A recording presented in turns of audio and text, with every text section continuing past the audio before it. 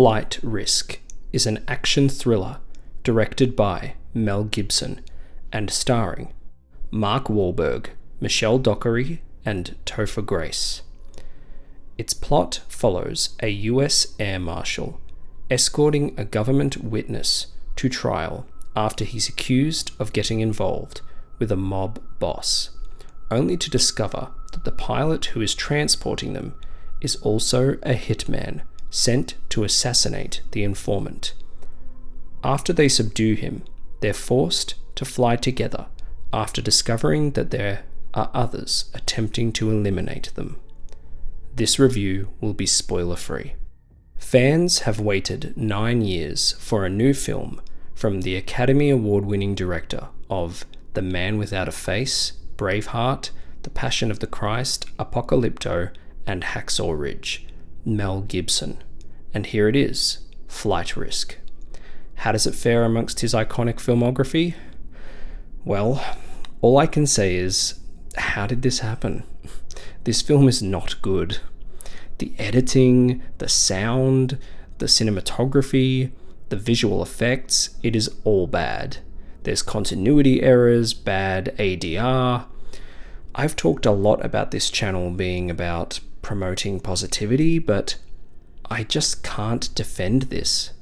Mel Gibson is a great director. I'm a big fan of his. However, it felt like he just didn't care here. As soon as the film opens, we get some of the worst visual effects I have seen in a real movie. The reason I say real is because I went to the cinema to see this, and these effects literally looked like something out of a YouTube video. They looked cheaper than effects that I see on streaming. They looked like AI. The film was made for $25 million, which isn't a high budget, but it is certainly too much to justify the awful CGI. The motel, the plane, the green screen, the unnecessary moose outside the window in the first scene. I was actually offended. I paid $15 to see this, and as soon as the film opened, I got these kinds of effects. It just isn't good enough. This should have been on streaming. Fresh off of my praise of Companion, and I get this. That's January for you. I suspect most of the budget went towards securing Mark Wahlberg, who does the best that he can with this lackluster script. He plays the pilot that is secretly an assassin sent to terminate Topher Grace's character. There are a few funny lines here and there, but there aren't enough, which is a shame because Wahlberg eats up all the funny lines that he can. Mel Gibson claims that Wahlberg did a lot of improv, but they had to cut a lot of it because it was just too intense and crazy. And that's sad because I really think that it would have made the movie enjoyable to some extent if we just got this unhinged, crazy, inappropriate things coming out of Wahlberg's mouth. But it just always feels like it's kept at bay. I could have gotten into this if he was allowed to act crazy for the whole thing, but he spends a lot of it unconscious actually.